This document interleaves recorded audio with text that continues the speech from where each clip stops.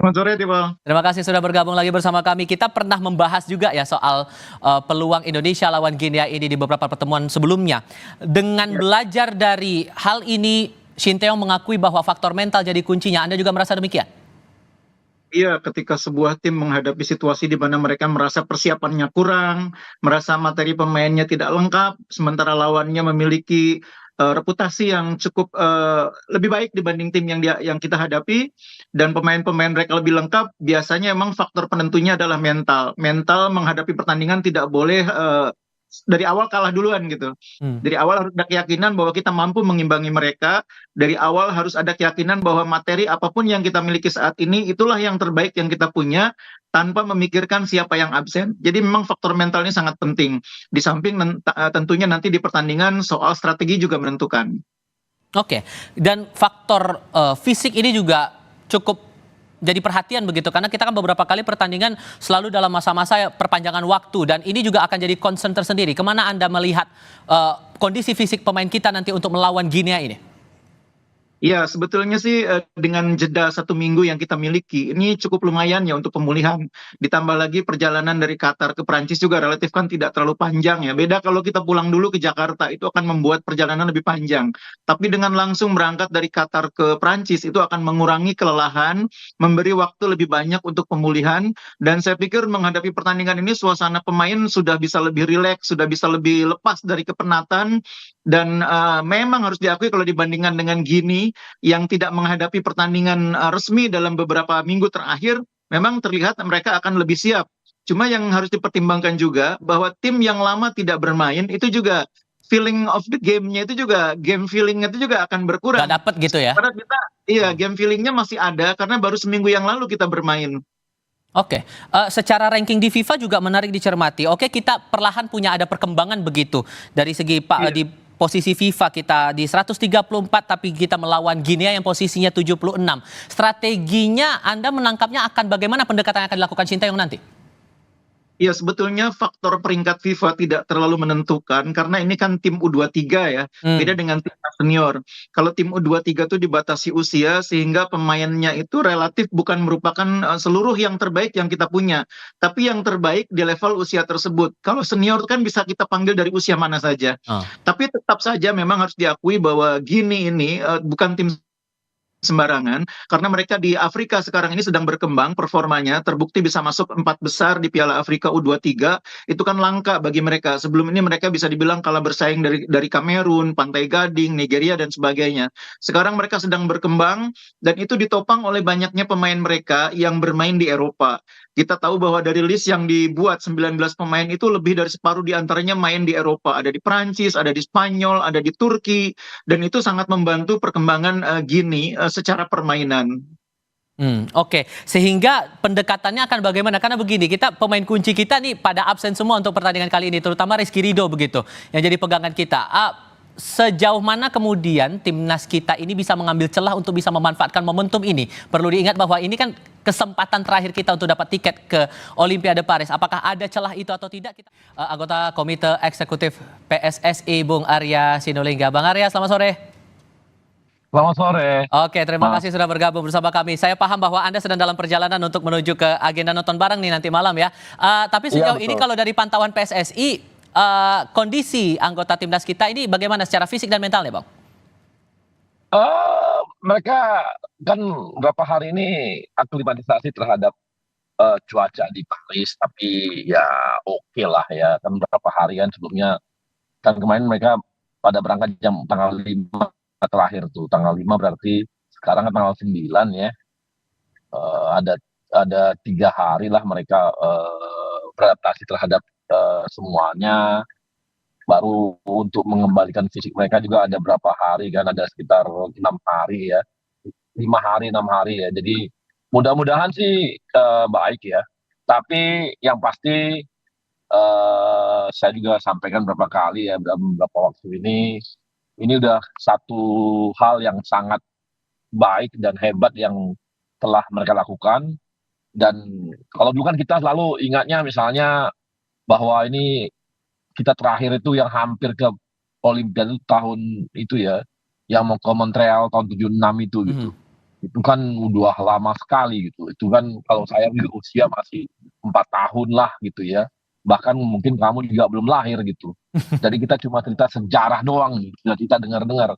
Ini enggak, hari ini kita mendengar sendiri, menonton sendiri dan melihat sendiri bagaimana mereka bermain untuk mencapai tahapan untuk bisa Olimpiade. Mhm. Jadi capaian yang saya rasa ini udah sejarah bagi bangsa kita yang udah puluhan tahun belum pernah mengalami hal yang seperti ini. Jadi Oke. apapun yang mereka dapatkan hasilkan hari ini itu adalah yang terbaik yang eh, bisa kita dapat untuk sekarang gitu. Dengan kondisi semua yang kita miliki ini adalah capaian yang sangat baik untuk timnas kita dan bagi masyarakat kita juga gitu. Mhm, oke. Itu Mas. Soal formasi nih Bung Kusnaidi, Anda melihatnya bagaimana peluangnya begitu? Karena Rizky Ridho absen. Peluang untuk digantikan posisi Rizky Ridho ini bagaimana kemudian? Iya, dengan dipanggilnya Dewangga itu memang jelas menunjukkan bahwa kita butuh tambahan kekuatan di belakang ya. Cuma sebetulnya ada opsi lain di samping Dewangga, kita juga bisa memainkan Nathan ya. Kemarin di pertandingan sebelumnya Nathan juga main di belakang. Jadi bisa saja nanti formasinya tetap 3-4-3 di mana tiga belakangnya itu ada Nathan, ada Komang, ada Ferrari. Mhm. Sementara Dewangga bisa dipasang di tengah berduet dengan Ivar Jenner atau sebaliknya. Nah, Dewangga yang main di belakang, Nathan yang di tengah. Kalau saya berpikir di belakang itu yang paling penting saat ini, karena di belakang ini kan berkurangnya paling banyak. Dua Ya. pemain inti tidak main lagi, dan butuh pemimpin di pertahanan. Di antara pemain yang ada, yang punya karakter pemimpin itu ya Nathan. Ferrari ataupun Dewangga ataupun Komang mungkin masih belum siap menjadi pemimpin di lini belakang. Jadi kaptennya Nathan punya kemungkinan penggantinya siapa kemampuan. tuh? Ya itu tadi yang saya bilang, Nathan menjadi pemimpin di lini belakang, main di belakang bersama dengan Komang, bersama dengan Ferrari dalam formasi 3 back tengah. Kemudian di tengah Ivar Jenner didampingi oleh Dewangga, karena Dewangga ini kan versatile, bisa main sebagai gelandang, bisa main sebagai back tengah, bisa main sebagai back kiri. Kalau di depan kan tetap formasinya ada Rafael sebagai target man, di kiri ada Marcelino, di kanan ada Witan. Wing kirinya ada Pratama Arhan, wing kanannya bisa Fajar, atau pelatih mungkin bisa memilih yang lain, Rio Fahmi mungkin. Jadi kira-kira akan seperti itu ya, karena memang stok kita terbatas, pilihannya tidak banyak. Sintayong juga saya pikir tidak akan banyak melakukan perubahan, apalagi ini pertandingan yang sangat penting, berjudi dengan eksperimen itu sangat berbahaya. Kalau dari segi ofensifnya, formulasinya bakal gimana menurut Anda, Bung Kusnaidi? Ya, tadi yang saya katakan bahwa kita akan bermain tetap dengan 3-4-3, di mana tiga pemain depan itu masih akan Rafael didampingi oleh Witan dan Marcelino. Harapan saya adalah pemain-pemain ini sekarang bisa bermain lebih kolektif ya, bisa bermain lebih sebagai tim. Memang akan sulit juga membongkar pertahanan Guinea ya, karena pemainnya punya pengalaman berlatih di Eropa. Tidak semua pemain yang di Eropa itu sudah menjadi pemain andalan di klubnya. Banyak yang statusnya masih pemain-pemain yang banyak duduk di bangku cadangan. Tapi setidaknya mereka biasa berlatih bersama dengan pemain-pemain senior di klub profesional. Itu kelebihan gini ya. Oke. Tapi sekali lagi saya berharap itu bukan beban bagi pemain. Makanya saya pikir benar kata Sintayong, ini soal mental. Udah nggak usah berpikir lawannya main di mana. Udah nggak usah berpikir kita tidak ada pemain inti di belakang 2 orang. Main lepas aja. Nah itu soal mental memang. Oke. Saya coba confirm dulu ke Bang Arya kalau begitu. Perkiraannya Bung Kusnaidi ini Nathan yang jadi kapten timnas malam ini. Apakah betul? Bocoran lah Bang. Agak meleset. Oh iya, jadi siapa Bang? Nantilah gitu. Karena kami baru bisa ngomongin mengenai formasinya 1 jam sebelumnya baru bisa naikin ya. Hmm. Jadi kita masih inilah ya. Tapi yang pasti saya sih dapat informasi terbaru dari kawan-kawan di sana. Ini teman-teman semangatnya tinggi nih. Jadi mereka melihatnya adalah peluang mereka untuk bisa ke Olimpiade ini sangat bagus nih. Kita lagi senang juga nih dengarnya barusan mereka semangat banget gitu loh. Jadi kita semangat nih. Saya sepakat sama Bung Kusna ini bahwa apapun yang terjadi udahlah kita main aja lepas gitu. Ini terakhir dan kita untuk Olimpiade yang ini dan lepas aja, jangan lagi ada beban-beban.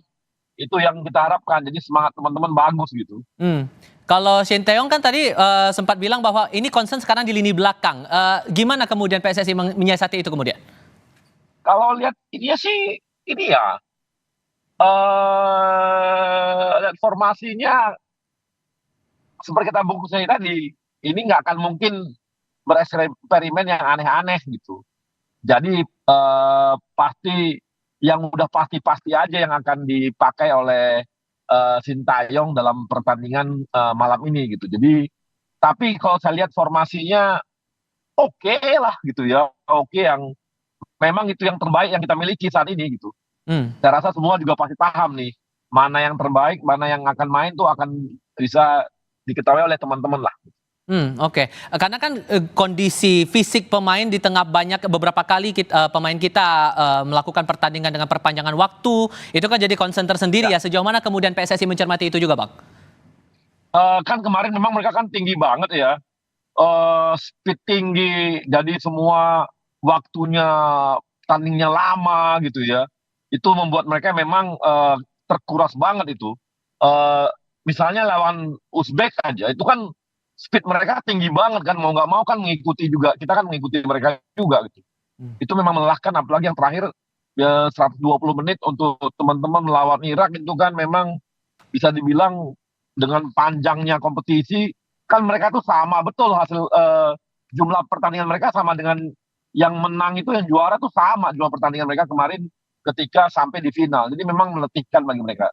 Tapi sekarang sih dengan recovery yang ada, mudah-mudahan pemain-pemain kita baik. Tapi seperti yang saya katakan tadi, apapun nanti hasilnya ini udah terbaik banget. Kita bersyukur betul mereka sudah sampai titik ini. Tapi kita tentunya punya harapan lebih daripada itu. Tapi apapun namanya, kita sih ini ya bangga dengan mereka gitu. Tapi tetap Gitu, Mas. optimisme untuk lolos Olimpiade tetap ada ya, Bang ya? Oh harus dong, kalau nggak kan bahaya kita kalau bertanding tanpa ada ini ya. Dan ini kan anak-anak semangatnya gila loh. Lagi bagus-bagusnya juga nih semangat mereka. Jadi ya kita harapkan inilah terbaik lah ya, kita doakan betul mereka ini. Oke. Gitu. Bung Kusnaini, dengan faktor kelelahan dari segi fisik juga jadi tantangan beberapa kali, ditambah faktor cuaca, melihat pola latihan diterapkan oleh Sintayong kepada para pemain kita ini, akan seberapa efektif untuk bisa memulihkan kondisi mereka nanti dalam pertandingan malam nanti? Ya sebetulnya saat ini yang paling penting itu bukan lagi latihan taktik ya, pemulihan terutama ya. Latihan taktik mereka sudah banyak sekali di Piala Asia kemarin, dan taktiknya juga tidak akan banyak berubah. Nah mungkin yang agak sedikit berbeda soal latihan taktik adalah cara main lawan kali ini akan berbeda dengan Irak, akan berbeda dengan Uzbekistan. Gini ini akan mainnya lebih langsung ya, lebih direct. Mereka akan lebih banyak main individu di depan, lebih berani duel 1 lawan 1, lebih berani shooting.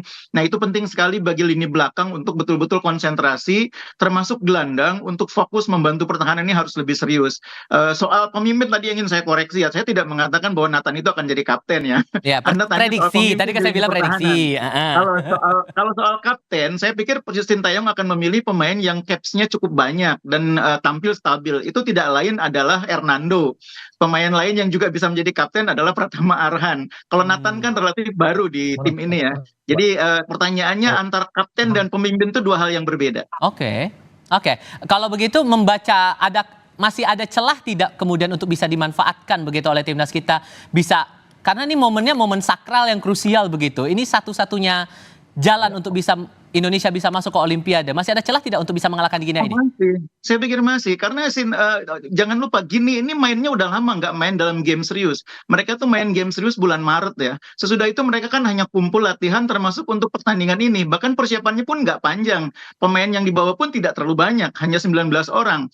Itu artinya memang mereka dari segi persiapan tidak sebaik kita yang sudah mempersiapkan diri untuk Piala Asia sejak hampir 2 bulan yang lalu. Jadi dari sisi persiapan sebetulnya kita lebih baik. Gini ini akan lebih banyak mengandalkan kualitas individu aja sebetulnya. Nah kalau kita bisa bermain kolektif, bisa bermain sebagai tim yang kuat secara individu itu bisa dihadapi oleh tim yang bermain kolektif. Nah kuncinya itu, kalau main kolektif harus disiplin, harus komit terhadap taktik yang diterapkan oleh pelatih, jangan bikin kesalahan yang tidak perlu. Karena dalam sepak bola ketika pertandingannya sangat ketat, kadang-kadang momennya kan ditentukan oleh kesalahan sendiri. Itu yang terjadi di pertandingan Liga Champions dini hari tadi. Kesalahan kiper bisa berakibat jadi situasinya berubah. Nah di pertandingan kali ini pun saya berharap begitu.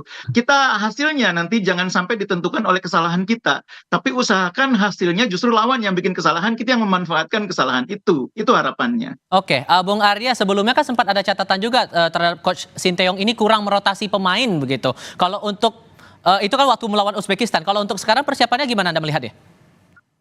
Ya kita harus paham juga soal rotasi pemain ini kan masalah jumlah materi yang ada juga, kan nggak usah dipungkiri seperti itu, Mas. Jadi dengan jumlah materi yang kita miliki ya, mungkin memang mau nggak mau ya Sintayong melakukan seperti itu gitu. Jadi kita percayalah dengan strategi yang dibangun oleh pelatih dan nanti kita harapkan dengan yang ada sekarang ini mereka bisa kasih yang optimum lah dengan yang ada ya. Gitu sih kalau saya ya. Terlebih kan Rizky Ridho nggak bisa main, Justin Hubner juga begitu. Ya, Tantangannya besar juga untuk ya. kali ini ya. Benar besar, tapi ya saya katakan tadi dengan mereka semangat dan mentalnya ini ya, dan ini satu hal adalah main lepas tadi ya. Jadi itu kita harapkan mereka nggak ada beban lah untuk bermain ini gitu. Kan mungkin kemarin mereka 2 kali pertandingan bebannya berat tuh. Diharapkan betul semifinal gitu ya, supaya bisa lolos Olimpiade, dapat masuk ke final, kalah. Kemarin lagi, itu kan tekanannya kan keras tuh bagi mereka itu. Hmm. Hope-nya anak-anak, harapannya masyarakat Indonesia kan tinggi banget kemarin tadi tuh. Nah ini dengan kondisi sekarang, semua orang bisa melihat bagaimana gini, ya itu membuat mereka, saya rasa tekanan publik juga saya lihat udah turun ya terhadap mereka. Sehingga mereka lebih inilah, bisa main lepas tanpa ada beban gitu. Itu penting banget gitu. Gitu mah. Oke, Bungkus, tim Guinea ini kekuatannya sekarang yang harus dicermati, kira-kira apa yang patut diwaspadai? Iya, pertama seperti yang saya gambarkan tadi bahwa mereka ini sebetulnya secara persiapan tidak sebaik kita. Artinya melatih taktik, melatih kerjasama itu tidak cukup waktunya bagi mereka. Karena itu mereka akan lebih banyak memanfaatkan kemampuan individual pemain-pemainnya. Dan memang secara individu ada beberapa pemain yang berbahaya yang harus diwaspadai. Ada Ilaix Moriba yang main di Getafe, ada Kamara, kemudian ada Ba yang juga cukup bagus main di Leganes. Ini pemain-pemain yang secara individu harus diwaspadai. Cuma memang seperti yang saya bilang tadi, karena kita di lini pertahanan ini banyak kehilangan pemain utama, karena itu kita betul-betul harus fokus memastikan bahwa kerjasama di lini pertahanan itu harus betul-betul bagus. Gelandang harus bisa membantu dengan baik lini pertahanan. Jadi kuncinya sekali lagi harus bermain kolektif. Kita betul-betul membutuhkan kerjasama tim yang sangat baik di laga ini. Kalau kelemahan dari Guinea ada yang bisa dieksploitasi tidak nanti di dalam pertandingan? Mereka ini yang saya bilang tadi kerjasama timnya tidak terlalu istimewa. Secara permainan pun pelatih punya banyak waktu untuk membangun kerjasama tim. Jadi mereka akan banyak mengandalkan individu. Nah kalau permainan individu itu kita tidak bisa lawan dengan individu juga karena kualitas mereka mungkin ada sebagian yang di atas kita. Jadi lawannya adalah bermain kolektif. Manfaatkan permainan individu mereka karena akan banyak celah yang muncul ketika sebuah tim terlalu banyak mengandalkan kemampuan individu. Nah itu aja kuncinya yang bisa kita manfaatkan. Tapi optimis dengan belajar dari tim kita, kemudian dari tim Guinea yang Anda analisis sejauh ini, optimisme kita bisa menang tuh seberapa besar poin bisa diraih nih menurut Anda, Bungkus? Saya saat ini di level 50-50 ya, karena sesudah 2 kekalahan itu yang tidak bisa diukur adalah seberapa besar kemampuan pemain kita bangkit dari keterpurukan. Itu kan tidak bisa diukur itu. Mereka 2 kali kalah beruntun itu pukulan bagi mereka ya, dan itu mudah-mudahan ketika menghadapi Guinea kali ini dengan ekspektasi publik yang tidak terlalu tinggi seperti di 2 laga sebelumnya, mereka bisa lebih lepas. Tapi kan kita tidak tahu bagaimana pemain bisa bangkit dalam keadaan seperti ini. Nah itu kuncinya, kalau kita bisa membuat pemain bisa lepas dari keterpurukan 2 kali kalah, mereka bisa rileks, bisa tampil lepas, optimisme kita bisa bertambah jadi 60-40. Tapi saat ini kita di level 50-50 ya dengan situasi yang saat ini kita hadapi. PSSI juga nganalisisnya begitu juga nggak Bang? Kemungkinannya 50-50 atau justru lebih besar kemungkinan kita bisa menang, Bang Arya? Iya, 50-50 lah. Makanya ini tinggal bagaimana anak-anak kita bisa lebih. Tadi saya sepakat sama Bungkus ya bahwa ini tinggal mereka bisa lepas dari tekanan yang kemarin. Jadi sekarang kan bisa dibilang bahwa semuanya, hampir semua lah, publik dan sebagainya lebih kepada bukan lagi wah harus bagaimana, harus ke Olimpiade, udah nggak itu lagi sekarang. Itu buat mereka kan turun tuh karena mereka itu kemarin. Dan semua sekarang udah saya lihat publik juga udah begitu. Artinya mereka kita minta main lepas aja udah. Baik. Oke, doa terbaik pastinya untuk timnas U23 Indonesia akan bertanding di Clairefontaine, Paris, Prancis. Bang Arya, terima kasih. Bungkus Naidi juga terima kasih sudah hadir dalam diskusi kami kali ini. Selamat sore semuanya.